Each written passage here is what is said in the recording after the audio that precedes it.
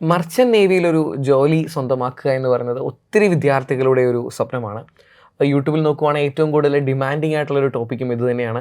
ഒരുപക്ഷെ ബ്രില്യൻ്റ് ചാനലിൽ ഒരുപക്ഷെ എഞ്ചിനീയറിങ്ങിനും മെഡിസിനും അല്ലാതെ ഏറ്റവും കൂടുതൽ വ്യൂസ് കിട്ടുന്ന 1-2 ടോപ്പിക്കുകളിലൊന്നാണ് NDA, അതുപോലെ തന്നെ മർച്ചൻ്റ് നേവി.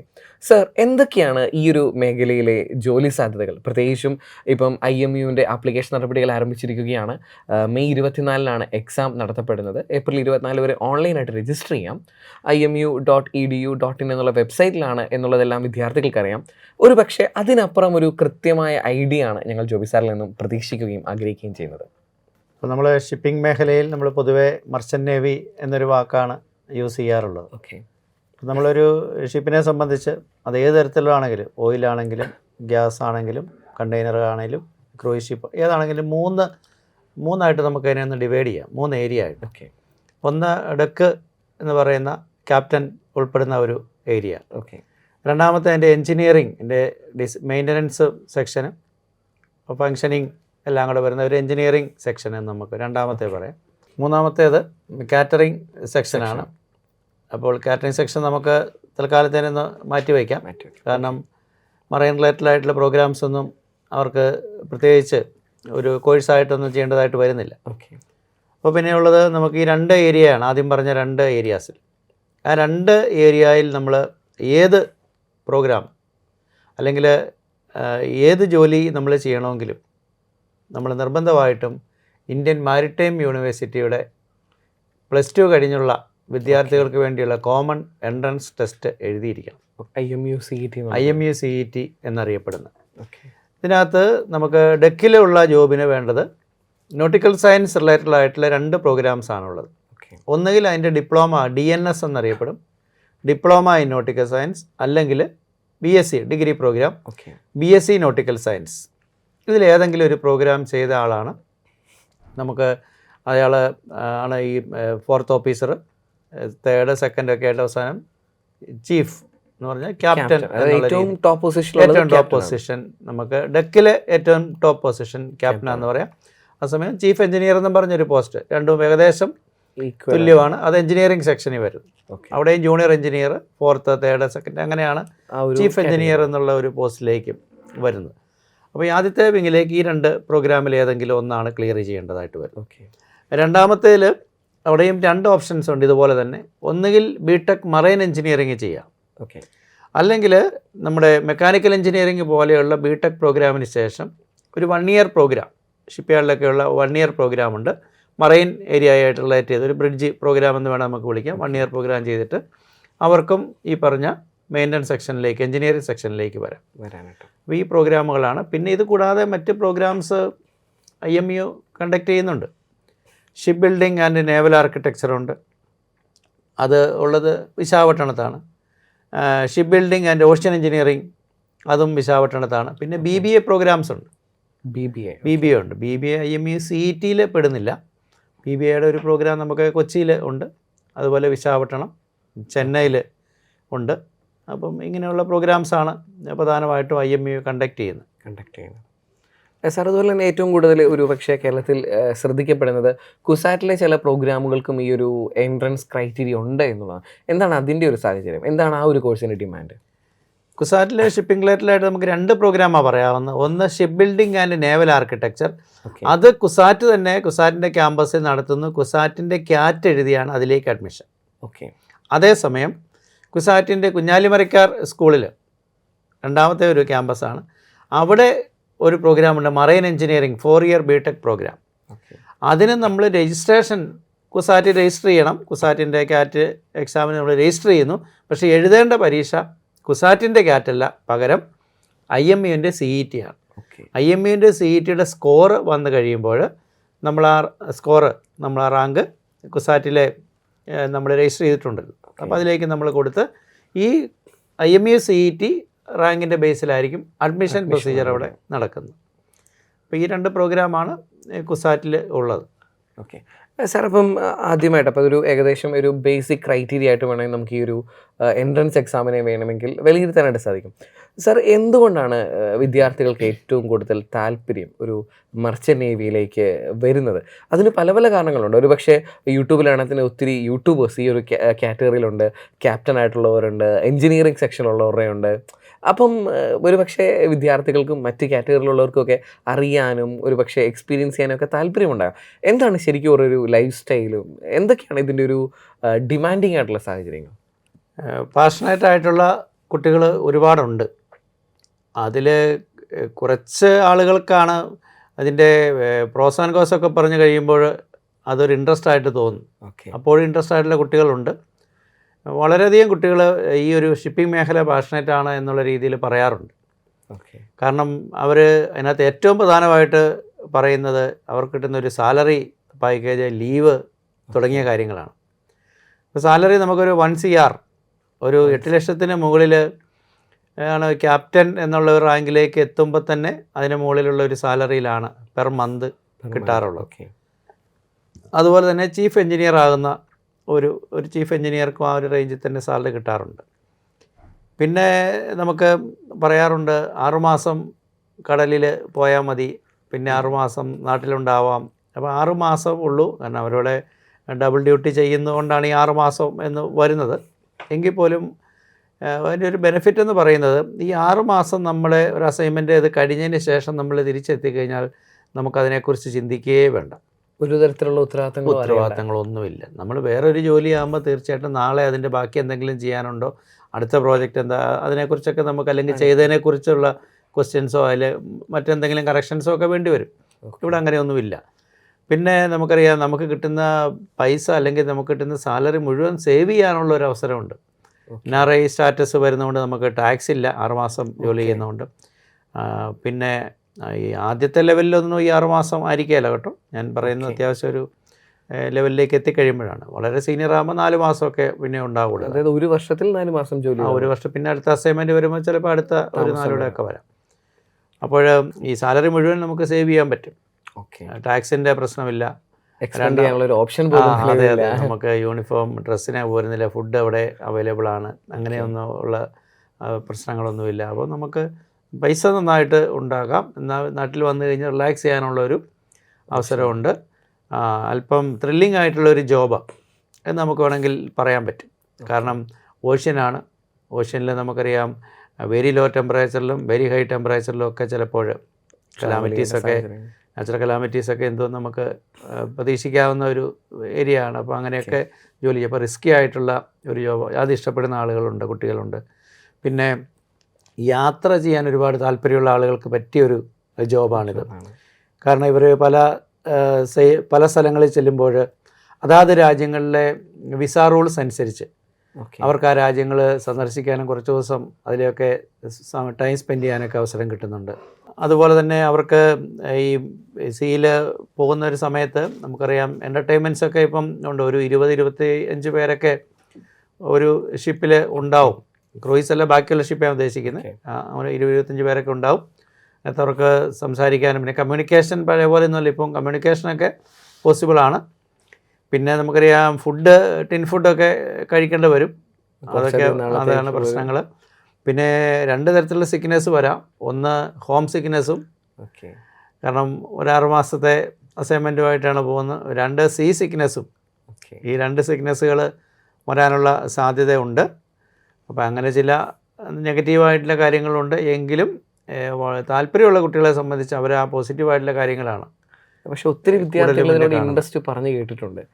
സീരിയസ് ആയിട്ട് പ്രിപ്പയർ ചെയ്യുന്ന, സീരിയസ് ആയിട്ട് എൻട്രൻസ് ക്രാക്ക് ചെയ്യുന്ന, ഇതിൽ തന്നെ ഒരു കരിയർ കെട്ടിപ്പടുക്കണമെന്ന് ആഗ്രഹിക്കുന്ന ഒത്തിരി വിദ്യാർത്ഥികളെ കണ്ടിട്ടുണ്ട്. ഒരുപാട് കുട്ടികളുണ്ട്. പ്രത്യേകിച്ച് നമ്മളൊക്കെ JEE പോലെയുള്ളൊരു എക്സാമുമായിട്ട് കമ്പയർ ചെയ്യുമ്പോൾ ഇതിൻ്റെ ഡിഫിക്കൽറ്റി ലെവൽ അല്പം കൂടി താഴെയാണ്. JEE-ക്കാലൊക്കെ താഴെയാണ്. അപ്പോൾ ഒരു എഞ്ചിനീയറിംഗ് സെക്ടറിൽ, ഒരു മറൈൻ സെക്ടറിൽ ജോലി ചെയ്യാൻ താല്പര്യമുള്ള, അത്യാവശ്യം നന്നായിട്ട് പ്രിപ്പയർ ചെയ്യുന്നൊരു കുട്ടിയെ സംബന്ധിച്ച് ഇത് വലിയ ബുദ്ധിമുട്ടുള്ള കാര്യമല്ല. അപ്പോൾ ഇതിനകത്ത് നമ്മൾ ശ്രദ്ധിക്കേണ്ട ഒരു കാര്യം, നമ്മൾ ഞാൻ ആദ്യം സൂചിപ്പിച്ച ഡെക്കിലുള്ള ജോബിന് DNS-ഉം BSc നോട്ടിക്കൽ സയൻസും ആണ് നമുക്ക് വേണ്ടത്. ഏതെങ്കിലും ഒന്നാണ് വേണ്ടത്. അപ്പോൾ നമ്മളൊരു കുട്ടി ഡിപ്ലോമ ഇൻ നോട്ടിക്കൽ സയൻസ്, ഞാൻ സാധാരണ DNS ആണ് പ്രിഫർ ചെയ്യാറുള്ളത് 2 പ്രോഗ്രാം ഉണ്ടെങ്കിൽ. കാരണം ഒന്നാമത്തെ കാര്യം, നമുക്ക് BSc നോട്ടിക്കൽ സയൻസിൻ്റെ പകുതി താഴെ ഫീസേ DNSന് വരുന്നുള്ളൂ. ഓക്കെ. ഇവിടെ ഒരു 1 ഇയർ ക്ലാസ് റൂമേ വരുന്നുള്ളൂ. ഓക്കെ. ഡിപ്ലോമ ആണെങ്കിൽ 1 ഇയർ ക്ലാസ് റൂം, പിന്നെ ഒരു 18 മാസത്തെ നമുക്ക് ട്രെയിനിങ് ആണ്. ആ ട്രെയിനിങ് അവിടെ നമ്മളൊരു കാര്യം നമ്മളതിന് മുമ്പ് ഓർക്കേണ്ടതുണ്ട്.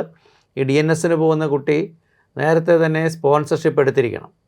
സ്പോൺസർഷിപ്പ് എടുത്തിരിക്കണം എന്ന് പറഞ്ഞാൽ ഒരു പ്ലേസ്മെൻ്റ് എന്ന് വേണമെങ്കിൽ പറയാം. പഠിക്കാൻ പോകുന്നതിന് മുമ്പ് തന്നെ നമുക്ക് പ്ലേസ്ഡാകാം.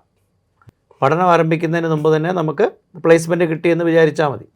അപ്പോൾ ആ സ്പോൺസർഷിപ്പിന് വേണ്ടി ആംഗ്ലോ ഈസ്റ്റേൺ ഉണ്ട്, അതുപോലെ സിനാർജി ഉണ്ട്, തോമുണ്ട്, അല്ലെങ്കിൽ MSC, ഇങ്ങനെയുള്ള ഇന്ത്യനാണ് ഇൻ്റർനാഷണൽ ഷിപ്പിംഗ് കമ്പനീസ് ഒക്കെ, പ്രൈവറ്റ് കമ്പനീസൊക്കെ സ്പോൺസർഷിപ്പ് കൊടുക്കുന്നുണ്ട്. അപ്പോൾ ആ സ്പോൺസർഷിപ്പ് എടുക്കുക എന്നുള്ളത് വളരെ പ്രധാനപ്പെട്ട കാര്യമാണ്. DNSന് പോകുന്നൊരു കുട്ടിയെ സംബന്ധിച്ച് നിർബന്ധമായിട്ടും സ്പോൺസർഷിപ്പ് എടുത്തിരിക്കണം. അതെനിക്ക് തോന്നുന്നു DG ഷിപ്പിംഗ് അത് മാൻഡേറ്ററി ആക്കിയിട്ടുണ്ട്. ഇപ്പോൾ സ്പോൺസർഷിപ്പ് മാൻഡേറ്ററി എന്നുള്ള രീതിയിൽ തന്നെ ആയിട്ടുണ്ട്. ഈ ശരിക്കും എന്താണ് ഈ സ്പോൺസർഷിപ്പ് കൊണ്ട് ഉദ്ദേശിക്കുന്നത്? അവർ നമ്മുടെ ഫീസ് അവർ അടയ്ക്കുമെന്നാണോ, അതോ ഈ ഫീസ് അടച്ചതിന് ശേഷം നമുക്കൊരു ജോലി ചെയ്യാനുള്ള ഒരു ഷിപ്പിലേക്ക് ഒരു ചാൻസ് അവർ തരും? എന്താണ് ആ ഒരു സ്പോൺസർഷിപ്പ് എന്ന് ഉദ്ദേശിക്കുന്നത്? നമ്മുടെ ഫീസ് ഒന്നും അവർ അടയ്ക്കില്ല. നമ്മൾ ഫീസ് മുഴുവൻ നമ്മൾ മുടക്കണം. ഓക്കെ. പക്ഷേ ഞാൻ പറഞ്ഞു DNS 1 ഇയർ തിയറി പ്രോഗ്രാമാണ്, ക്ലാസ് റൂമാണ്. അതിനുശേഷം 1.5 18 മാസത്തിന് ഇവരാണ് ട്രെയിനിങ് കൊടുക്കുന്നത്. അവരുടെ ഷിപ്പുമായി ബന്ധപ്പെട്ട് ഏരിയകളിലാണ് അവരാണ് സെയിലിങ്ങിന് പോകുമ്പോൾ അവരാണ് ആ ട്രെയിനിങ്, നല്ലൊരു ട്രെയിനിങ് കിട്ടുന്നുണ്ട്. അതിനുശേഷം വീണ്ടും തിരിച്ചു വരുന്നു. അതിനുശേഷം ഇവർ കുറേ എക്സാമുകളും കുറേ പ്രോജക്റ്റുകളൊക്കെ ക്ലിയർ ചെയ്യാനുണ്ട്. അതിനുശേഷം വീണ്ടും 4 മാസത്തെ പ്രോഗ്രാം, എന്നിട്ട് ഏകദേശം ഒരു 3 വർഷത്തോളം വരും. അതും എന്നിട്ട് 3 വർഷം വരും. അതും ശരിക്കും ഒരു BSc-യിലേക്ക് തന്നെ ലീഡ് ചെയ്യുന്നത്. പക്ഷേ ഒരു ഓൺലൈൻ BSc എന്ന് വേണമെങ്കിൽ പറയാം. ഓൺലൈൻ BSc ആണ് അവിടെ കിട്ടുന്നത്. പക്ഷേ ട്രെയിനിങ് നല്ലപോലെ ഉണ്ട്. അപ്പോൾ നമുക്കിതിൻ്റെ ബെനിഫിറ്റ്, ഞാൻ പറഞ്ഞല്ലോ, നമ്മൾ ആ കോഴ്സിന് എൻ്റർ ചെയ്യുന്നതിന് മുമ്പ് തന്നെ നമ്മൾ പ്ലേസ്ഡായി കഴിഞ്ഞു. ഇനി അതേസമയം BSc-ക്ക് പൊതുവേ ഈ ഒരു സ്പോൺസർഷിപ്പ് കിട്ടാറില്ല. കാരണം അതിന് ഫീസ് സ്ട്രക്ചർ കൂടുതലാണ്. 3 വർഷത്തെ പ്രോഗ്രാമാണ്. 3 വർഷം ക്ലാസ് റൂമിൽ 6 സെമസ്റ്റർ വരുന്നുണ്ട്, ഇരുന്ന് പഠിക്കുന്നുണ്ട്. അപ്പോൾ ഒരു നല്ല എമൗണ്ട്, ഒരു 15 ലക്ഷം രൂപ വരെയൊക്കെ നമുക്ക് വരാം ഫീസ്. DNS ആണെങ്കിൽ ഒരു 4 മുതൽ, ഇൻസ്റ്റിറ്റ്യൂട്ട് അനുസരിച്ച് 4 മുതൽ 8 ലക്ഷം രൂപ വരെയോ ആ ഒരു റേഞ്ചിലൊക്കെ സാറിനെ കാണുന്നത്. അതേസമയം ഇവിടെ ഫീസ് സ്ട്രക്ചർ വളരെ കൂടുതലാണ്. എന്ന് വെച്ചുകൊണ്ട് നമ്മൾ പ്ലേസ്ഡ് ആകുമ്പോൾ കാര്യമായുള്ളൊരു സാലറി ഡിഫറൻസ് ഒന്നും DNS-ഉം BSc-യും തമ്മിൽ ഉണ്ടാവില്ല. പിന്നെ BSc വല്ലതും ചെയ്യുന്നത് ചെറുക്കൊരു സംശയമുണ്ട്, ഞാൻ ഈ ഷിപ്പിംഗ് മേഖലയിൽ തന്നെ നിൽക്കുമോ, അവിടെ സ്കിപ്പ് ചെയ്ത് പോകാൻ സാധ്യതയുണ്ടോ, അങ്ങനെയൊക്കെ ആലോചിക്കുമ്പോൾ ഇനി എങ്ങോട്ടേലും ഡൈവേഷനൊക്കെ പിന്നീട് വേണ്ടി വന്നെങ്കിലോ എന്ന് വിചാരിച്ച് ഒരു ബേസിക് ഡിഗ്രി അങ്ങനെയാണ് പലരും ചെയ്യുന്നത്. പക്ഷേ ഫീസ് തമ്മിൽ നല്ല വ്യത്യാസം ഉണ്ടെന്നുള്ള പ്രധാനപ്പെട്ട കാര്യമാണ്. ഇനി നമ്മൾ BSc നോട്ടിക്കൽ സയൻസ് ആണ് ശ്രദ്ധിക്കണം. BSc നോട്ടിക്കൽ സയൻസ് IMU-ൻ്റെ ഇൻസ്റ്റിറ്റ്യൂട്ടുകളിലും IME അഫിലിയേറ്റഡ് ആയിട്ടുള്ളിടത്തും നോൺ അഫിലിയേറ്റഡ് ആയിട്ടുള്ളിടത്തൊക്കെ ഉണ്ട്. അപ്പോൾ നമ്മൾ ശ്രദ്ധിക്കേണ്ടത് നിലവിൽ പ്ലേസ്മെൻറ്റ് നന്നായിട്ടുള്ള, കാരണം ഇവിടെ നമ്മൾ സ്പോൺസർഷിപ്പ് കിട്ടിയിട്ടില്ല, ഡിഗ്രിക്ക് കിട്ടിയിട്ടില്ലാത്ത സ്ഥിതിക്ക് പ്ലേസ്മെൻറ്റ് നന്നായിട്ടുള്ള, ഇപ്പോൾ IME-ൻ്റെ ആണെങ്കിലും ഒക്കെ, ഇപ്പോൾ കൊൽക്കത്ത ആണെങ്കിലും, അല്ലെങ്കിൽ നമ്മുടെ ചെന്നൈയിലുണ്ട്, മുംബൈ, കൊൽക്കത്തയിൽ DNS പ്രോഗ്രാം ഇല്ല. അല്ലെങ്കിൽ BSc നോട്ടിക്കൽ സയൻസ് ഇപ്പോൾ ഉള്ളത് ചെന്നൈയിലുണ്ട്, നവി മുംബൈയിലുണ്ട്, അതുപോലെ തന്നെ കൊച്ചിയിലുമുണ്ട്. DNS ഉള്ളത് ചെന്നൈയിലും നവി മുംബൈയിലും, അതുപോലെ തന്നെ ഈ രണ്ട് സ്ഥലങ്ങളിലാണ് DNS പ്രോഗ്രാമുള്ളത്. പിന്നെ നമുക്ക് മുംബൈ പോർട്ടിൽ ഉള്ളത് മറൈൻ എഞ്ചിനീയറിംഗ്. മുംബൈ പോർട്ടിലും ചെന്നൈയിലും കൊൽക്കത്തയാണ് മറൈൻ എഞ്ചിനീയറിംഗിന് ബെസ്റ്റ്. കൊൽക്കത്തയും മുംബൈ പോർട്ടും ചെന്നൈയുമാണ് അവരുടെ മറൈൻ എഞ്ചിനീയറിംഗ് പ്രോഗ്രാംസ് വരുന്നത്. അപ്പോൾ ഈ BSc നോട്ടിക്കൽ സയൻസ് എടുക്കുന്ന ഒരു കുട്ടിയെ സംബന്ധിച്ച് അവന് പ്ലേസ്മെൻറ്റ് അഷ്വേർഡ് അല്ലാത്തത് കൊണ്ട് നല്ല രീതിയിൽ പ്ലേസ്മെൻറ്റ് ഉള്ള ക്യാമ്പസ് സെലക്ട് ചെയ്യണം. IME-ൻ്റെ ക്യാമ്പസ് ആണെങ്കിൽ ബെസ്റ്റ്. ഇനി ചില പ്രൈവറ്റ് ഇൻസ്റ്റിറ്റ്യൂഷൻസും ഉണ്ട്, ആംഗ്ലോ ഈസ്റ്റേൺ, തൊലാനി പോലെയുള്ള പ്രൈവറ്റ് ഇൻസ്റ്റിറ്റ്യൂഷൻസ്, അല്ലെങ്കിൽ ഹിന്ദുസ്ഥാൻ ഇൻസ്റ്റിറ്റ്യൂട്ട് പോലെയുള്ള വളരെ ഫേമസ് ആയിട്ടുള്ള പ്രൈവറ്റ് ഇൻസ്റ്റിറ്റ്യൂഷൻസും ഉണ്ട്. അപ്പോൾ അങ്ങനെയുള്ള സ്ഥാപനങ്ങളാണെങ്കിൽ നമ്മൾ പ്ലേസ്മെൻറ്റ് കാര്യത്തിൽ നമുക്ക് പേടിക്കേണ്ട, ഇത് കഴിയും പ്ലേസ്മെൻറ്റ് കിട്ടും. അല്ലാതെ എവിടെയെങ്കിലും പോയി BSc നോട്ടിക്കൽ സയൻസ് ചെയ്തിട്ട് കാര്യമില്ല. അങ്ങനെ പ്ലേസിലാകാത്ത ആളുകളും ഉണ്ട്. അപ്പോൾ ഡിപ്ലോമ ആണെങ്കിൽ നിർബന്ധമായിട്ടും സ്പോൺസർഷിപ്പ് എടുത്തിട്ടേ പോകാവുള്ളൂ. അതിന് സ്പോൺസർഷിപ്പ് എടുക്കുന്ന കമ്പനികൾ അവർക്ക് ഈ പറയുന്ന പോലെ തന്നെ ടെസ്റ്റ് ഉണ്ട്, ഇൻ്റർവ്യൂ ഉണ്ട്, സൈക്കോമെട്രിക് ഉണ്ടാവും, മെഡിക്കൽ ഉണ്ടാവും. ഈ പല ലെവലുകൾ കഴിഞ്ഞിട്ടാണ് ഒരു സ്പോൺസർ. ഈ ഒരു കോഴ്സിൽ അഡ്മിഷൻ എടുക്കുന്നതിന് മുമ്പ് നമ്മളിതെല്ലാം കംപ്ലീറ്റ് ചെയ്തിരിക്കണം. അപ്പോൾ അതുപോലെ തന്നെ IMU ൻ്റെ റാങ്ക് ലിസ്റ്റിൽ വരണം. അപ്പോൾ നമ്മൾ IMU ൻ്റെ റാങ്ക് ലിസ്റ്റിൽ വരുന്നതിലും ഒരു തരത്തിൽ പറഞ്ഞാൽ പ്രധാനപ്പെട്ട കാര്യമാണ് ഈ ഒരു സ്പോൺസർഷിപ്പ് കിട്ടുക ഒരു DNSന് ചേരുന്ന ഒരു കുട്ടിയെ സംബന്ധിച്ച്. ഓക്കെ. പിന്നെ മറൈനിൽ കൂടുതലും മറൈൻ എഞ്ചിനീയറിങ്ങിന് അങ്ങനെ സ്പോൺസർഷിപ്പ് വരാറില്ല. പകരം ഞാൻ നേരത്തെ സൂചിപ്പിച്ച പോലെ നമ്മൾ ബിടെക് മെക്കിനൊക്കെ ശേഷം ഈ ഒരു മേഖലയിലേക്ക് ഷിഫ്റ്റ് ചെയ്യുമ്പോൾ 1 ഇയർ പ്രോഗ്രാം വരുന്നുണ്ട്. അതിന് സ്പോൺസർഷിപ്പ് കിട്ടാറുണ്ട്.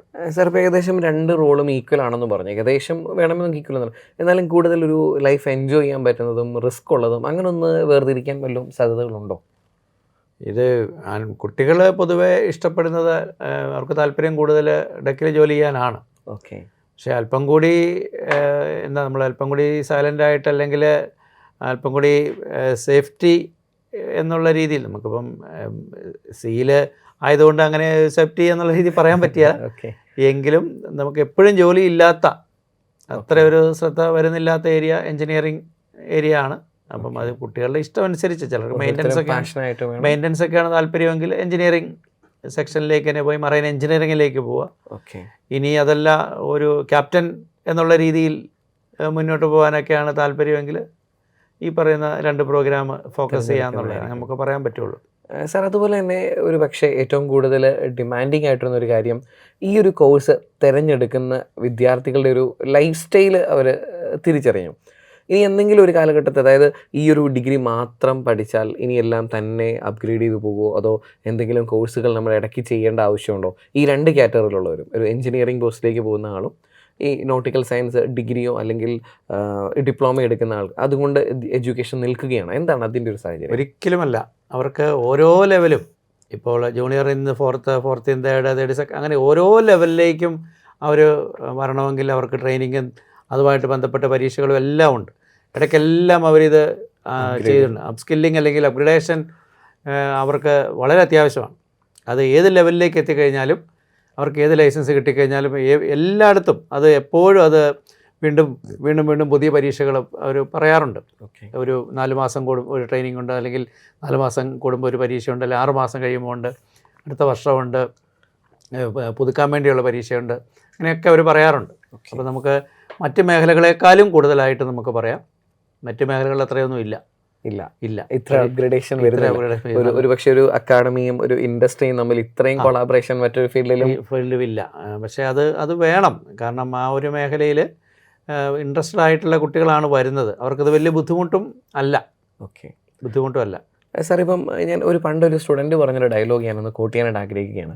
അതായത് പണ്ട് ഈ ഒരു ഫീൽഡിൽ ഭയങ്കര റിസ്ക് കൂടുതലായിരുന്നു. കാരണം ടെക്നോളജി അത്ര വളർന്നിട്ടില്ല. ഇന്നിപ്പോൾ ടെക്നോളജി വളരെയധികം വളർന്നിട്ടുണ്ട്. ഇപ്പം സ്റ്റാർലിങ്ക് പോലുള്ളത് വെച്ച് ഇൻ്റർനെറ്റ് കണക്ടിവിറ്റി എവിടെയും അഫോർഡബിൾ ആകുന്നൊരു സിറ്റുവേഷൻ. അതുകൊണ്ട് ഈ 2 ഫീൽഡിൻ്റെയും റിസ്ക് ഒത്തിരി കുറഞ്ഞിട്ടുണ്ട്. അതായത് ഒരു 10-40 വർഷം മുമ്പത്തെ വെച്ച് നോക്കുമ്പം ഒത്തിരി കുറഞ്ഞിട്ടുണ്ട് എന്ന രീതിയിൽ ഒരു വിദ്യാർത്ഥി എൻ്റെ അടുത്ത് പറഞ്ഞു. അതിനെ ശരിയെന്ന രീതിയിൽ നമുക്ക് വിലയിരുത്താൻ പറ്റുമോ? വളരെ ശരിയാണ്. കാരണം നമുക്കിപ്പം ഒരു ഷിപ്പിനെ സംബന്ധിച്ച് അത് ലൊക്കേഷൻ എവിടെയാണെന്നും അപ്പോൾ അവിടെ എന്തെങ്കിലും പ്രോബ്ലം ഉണ്ടെങ്കിൽ അവിടേക്ക് എത്താൻ നമുക്കറിയാം ഇപ്പോഴുള്ള ടെക്നോളജിയൊക്കെ ഉപയോഗിച്ച് അവിടെ പെട്ടെന്ന് എത്തിച്ചേരാനും അവിടുന്ന് എക്സ്കവേഷനൊക്കെ ആവശ്യമുണ്ടെങ്കിൽ അത് എയർ ലിഫ്റ്റിംഗ് അങ്ങനെയുള്ള കാര്യങ്ങളൊക്കെ ചെയ്യാനും അതുപോലെ ടെക്നിക്കലായിട്ടുള്ള എന്തെങ്കിലും പ്രോബ്ലം ഉണ്ടെങ്കിൽ അത് ഡ്രോൺസ് ഉപയോഗിച്ചോ ഒക്കെ അത് അല്ലെങ്കിൽ റോബോട്ട്സുകളൊക്കെ ഉപയോഗിച്ചൊക്കെ അത് കറക്റ്റ് ചെയ്യാനും വലിയ വ്യത്യാസം വന്നിട്ടുണ്ട്. അപ്പോൾ ഒരുപക്ഷെ കുറച്ചും കൂടെ സേഫർ ഓപ്ഷൻ തീർച്ചയായിട്ടും അങ്ങനെ വലിയ പ്രോബ്ലംസ് ഈ രീതിയിൽ ഈ ഒരു മേഖലയിൽ അങ്ങനെ പറയുന്നില്ല. പിന്നെ കമ്മ്യൂണിക്കേഷൻ തലത്തിലാണെങ്കിൽ നമുക്കറിയാം ഇത് പണ്ടൊക്കെ വീട്ടിൽ നിന്ന് പോയി കഴിഞ്ഞാൽ പിന്നെ ഇങ്ങനെ ആളെ കുറിച്ച് ഒരറിവും ഇല്ലായിരുന്നു. ഇപ്പം അങ്ങനെ അല്ലല്ലോ. നെറ്റ് ഫെസിലിറ്റി ഒക്കെ എല്ലായിടത്തും ഉണ്ട്. അപ്പോൾ അതുകൊണ്ട് അങ്ങനെ കോണ്ടാക്റ്റ് ഒക്കെ ഉണ്ട്. പിന്നെ പെട്ടെന്ന് പോരാൻ ഒരു അത്യാവശ്യം വന്നാൽ അതിൻ്റെ ഒരു ബുദ്ധിമുട്ട് അതും ഒരു പരിധി വരെ ഏതെങ്കിലും ഓഫ്ഷോറിലാണെങ്കിൽ ഉടൻ തന്നെ അവിടുന്ന് ആ രീതിയിലൊക്കെ ഉള്ള സൗകര്യങ്ങളൊക്കെ ഉണ്ട്. അപ്പോൾ എന്തുകൊണ്ടും ഈ ഒരു മേഖല താല്പര്യമുള്ള ആളുകൾ അവിടെ തന്നെ നിൽക്കണം. വളരെ നല്ല സാധ്യത ഉണ്ട്. പ്രത്യേകിച്ച് സാലറി വൈസ് നല്ലൊരു അവസരമാണ്. പിന്നെ നമുക്ക് ഇത്രയും ലീവ് ഒരുമിച്ച് കിട്ടുന്ന മറ്റൊരു പ്രൊഫഷൻ ഇല്ല എന്ന് നമുക്ക് പറയാൻ പറ്റും. സാർ ആദ്യം തന്നെ ഒരു കാര്യം കൂടെ ചോദിക്കാൻ ഞാൻ ആഗ്രഹിച്ചിരുന്നു. ഈ ലീവുള്ള സമയത്തും സാലറി കിട്ടുമോ? എങ്ങനെ അതിൻ്റെ ഒരു അറേഞ്ച്മെൻറ്റ് സാധാരണഗതിയിൽ? ഇപ്പം ഞാനൊരു കമ്പനി ജോലി ചെയ്യുക, 6 മാസം കടലിലും 6 മാസം നാട്ടിലുമാണ്. അപ്പോൾ എനിക്ക് 6 മാസമേ സാലറി കിട്ടത്തുള്ളൂ, അതോ 1 വർഷം മുഴുവൻ സാലറി കിട്ടുമോ? നമുക്കൊരു അസൈൻമെൻ്റ് ആയിട്ടാണ് വരുന്നത്. അസൈൻമെൻറ്റ്. അപ്പോൾ ആ രീതിയിലാണ് അവരതിൻ്റെ ഒരു എമൗണ്ട് കണക്ക് കൂട്ടുന്നത്. ഒരു അസൈൻമെൻറ്റിന് എന്നുള്ള രീതിയിലാണ്. അപ്പം നമ്മളെ അതിൻ്റെ എമൗണ്ട് എന്ന് പറയുമ്പോൾ നമ്മളിപ്പോൾ വീട്ടിലാണെങ്കിൽ നമ്മുടെ വീട് മുതൽ നമ്മളെ വീട്ടിൽ നിന്ന് നമ്മൾ ടാക്സി അവിടെ നിന്ന് ഇറങ്ങുന്നത് മുതലുള്ള എല്ലാ കാര്യങ്ങളും എന്നുള്ള രീതിയിലാണ് ഒരു പാക്കേജ് ആയിട്ടാണ് വരുന്നത്. സാർ ഇത്രയും കാര്യങ്ങളൊക്കെ കേട്ട് കഴിഞ്ഞപ്പം ഏതൊരു വിദ്യാർത്ഥിക്കും ഒരു പക്ഷേ തോന്നാൻ സാധ്യതയുണ്ട്, ഒരു പക്ഷേ അപ്ലൈ ചെയ്തേക്കാം, പഠിച്ചേക്കാം, ഈ ഒരു ഫീൽഡിലേക്ക് വന്നേക്കാം എന്നൊക്കെ തോന്നാനുള്ള സാധ്യതകളുണ്ട്. എന്താണ് ഈ ഒരു എക്സാമിൻ്റെ ഒരു എക്സാം പാറ്റേൺ വരുന്നത്? പ്ലസ് ടുവിൽ സയൻസ് നിർബന്ധമാണ്. ഓക്കെ. ഫിസിക്സ്, കെമിസ്ട്രി, മാത്തമാറ്റിക്സ് പഠിച്ചിരിക്കണം. 60% അഗ്രിഗേറ്റ് സ്കോർ ഉണ്ടായിരിക്കണം. ഇംഗ്ലീഷിന് 50% സ്കോറും ഉണ്ടായിരിക്കണം. ഓക്കെ. ഇങ്ങനെയുള്ളൊരു കുട്ടിക്ക് ഈ IME CET എഴുതാം. ഓക്കെ. അപ്പോൾ ഇതിൻ്റെ ഒരു പാറ്റേൺ, ഇതിൽ 3 മണിക്കൂർ പരീക്ഷയാണ്. 3 മണിക്കൂർ പരീക്ഷയാണ്. ഇതിനകത്ത് 200 ക്വസ്റ്റ്യനിൽ 50 മാത്സ് ഉണ്ടാവും, 50 മാർക്കിന് ഫിസിക്സ്, അപ്പോൾ 100 മാർക്കായി. പിന്നെ 20 മാർക്കേ കെമിസ്ട്രി ഉള്ളൂ. പിന്നെ 40 ഇംഗ്ലീഷും 40 GK ആണ്. ഓക്കെ. അപ്പോൾ 200 മാർക്ക്. കറക്റ്റ് ആൻസറിന് 1 മാർക്ക്, റോങ്ങിന് -0.25. -0.25. ഓക്കെ. അപ്പോൾ ഈ രീതിയിലാണ് എക്സാം വരുന്നത്. പിന്നെ IME തന്നെ അവരുടെ ഒരു റാങ്ക് ലിസ്റ്റ് പ്രസിദ്ധീകരിക്കും. അതിൻ്റെ ബേസിൽ IMEൻ്റെ നമുക്ക് പിന്നെയാണ് നമ്മൾ അപ്ലൈ ചെയ്യുന്നത്. നമുക്ക് എവിടെ പഠിക്കണം എന്നുള്ള ഇൻസ്റ്റിറ്റ്യൂട്ടിലേക്ക് നമ്മൾ ആ പർട്ടിക്കുലർ ഇൻസ്റ്റിറ്റ്യൂട്ടിലേക്ക് നമ്മൾ ഈ റാങ്ക് ഉപയോഗിച്ച് നമ്മൾ അപ്ലൈ ചെയ്യുകയാണ് ചെയ്യുന്നത്. IME ഇൻസ്റ്റിറ്റ്യൂട്ടുകളിൽ വേണമെങ്കിലും പഠിക്കാം, അല്ലെങ്കിൽ അഫിലിയേറ്റഡ് കോളേജിൽ പഠിക്കാം, നോൺ അഫിലിയേറ്റഡ്. എത്ര സീറ്റുകൾ ഈ ഒരു ഫീൽഡിൽ കാണാൻ സാധ്യതയുണ്ട്? സീറ്റുകളുടെ എണ്ണം നമുക്ക് പ്രൈവറ്റിൽ ഒരുപാടുണ്ട്. ഓക്കെ. ഇപ്പോൾ കൃത്യമായിട്ട് നമുക്ക് IMEൻ്റെ ഞാൻ നേരത്തെ സൂചിപ്പിച്ചായിരുന്നു, നമ്മൾ ക്യാമ്പസുകൾ ക്യാമ്പസുകളിൽ മാത്രമാണ്. പിന്നെ ഇതിൻ്റെ മാസ്റ്റേഴ്സ് പ്രോഗ്രാമുകളൊക്കെ ഉണ്ട് IMEൻ്റെ ക്യാമ്പസുകളിൽ. നമുക്ക് പ്രൈവറ്റിലെ ഓരോ വർഷം അവരുടെ ഇൻടേക്കിലൊക്കെ വ്യത്യാസമുണ്ട്. പിന്നെ എല്ലാം പോർട്ട് ഉള്ള സ്ഥലങ്ങളിലാണ് കൂടുതലും ക്യാമ്പസ് ഉള്ളത്. ഇപ്പം കേരളത്തെ സംബന്ധിച്ച് പറഞ്ഞാൽ നമുക്ക് പ്രൈവറ്റ് സെക്ടറിൽ കൊച്ചിയിലൊരു യൂറോടെക് ഉണ്ട്, പിന്നെ പാലക്കാട് കോളേജ് ഷിപ്പ് ടെക്നോളജിയുടെ ഒരു കോളേജുണ്ട്. ഇതൊക്കെ നമുക്ക് കേരളത്തിൽ പറയാനുള്ളത്. പിന്നെ കോയമ്പത്തൂരിലുണ്ട്, സേലമുണ്ട്, ഈറോഡ്, ചെന്നൈയിൽ പലതുണ്ട്. ഓക്കെ. അങ്ങനെ നമുക്ക് ഒരുപാട് ഇൻസ്റ്റിറ്റ്യൂട്ടുകൾ, സീറ്റുകൾ ആവശ്യത്തിലധികം ഉണ്ട്. നല്ല കോഴ്സും നല്ല ക്യാമ്പസ് നോക്കി തിരഞ്ഞെടുക്കുക. ക്യാമ്പസ് തിരഞ്ഞെടുക്കാൻ വളരെ പ്രധാനപ്പെട്ടായിരുന്നു. ബോംബെയിലേക്ക് ഒരുപാട് ഇൻസ്റ്റിറ്റ്യൂട്ടുകളുണ്ട്. ആ DGS ഷിപ്പിങ്ങിൻ്റെ അംഗീകാരം ഉള്ളതും IME CET ബേസ്ഡ് ആയിട്ടുള്ള അഡ്മിഷൻ നടത്തുന്നതുമായുള്ള സ്ഥാപനങ്ങൾ മാത്രമേ തിരഞ്ഞെടുക്കാവൂ. മർച്ചൻ്റ് നേവിയിൽ ജോലി ചെയ്യണം ആഗ്രഹിക്കുന്ന വിദ്യാർത്ഥികൾക്ക് എല്ലാവിധ ഇൻഫർമേഷൻസും അടങ്ങിയ ഒരു കംപ്ലീറ്റ് പാക്കേജാണ് എന്ന് ജോബി സാർ നിങ്ങൾക്കായിട്ട് പ്രസൻറ്റ് ചെയ്തത്. സാർ, ഈ ഒരു ഇൻഫർമേഷൻ വിദ്യാർത്ഥികൾക്കും പേരൻസിനും ഒക്കെ ഒത്തിരി യൂസ്ഫുൾ ആകും എന്ന് ഞങ്ങൾക്ക് ഉറപ്പുണ്ട്. Thank you sir. Thank you very much. Brilliant Study Center, India's #1 coaching center for NEET and JEE.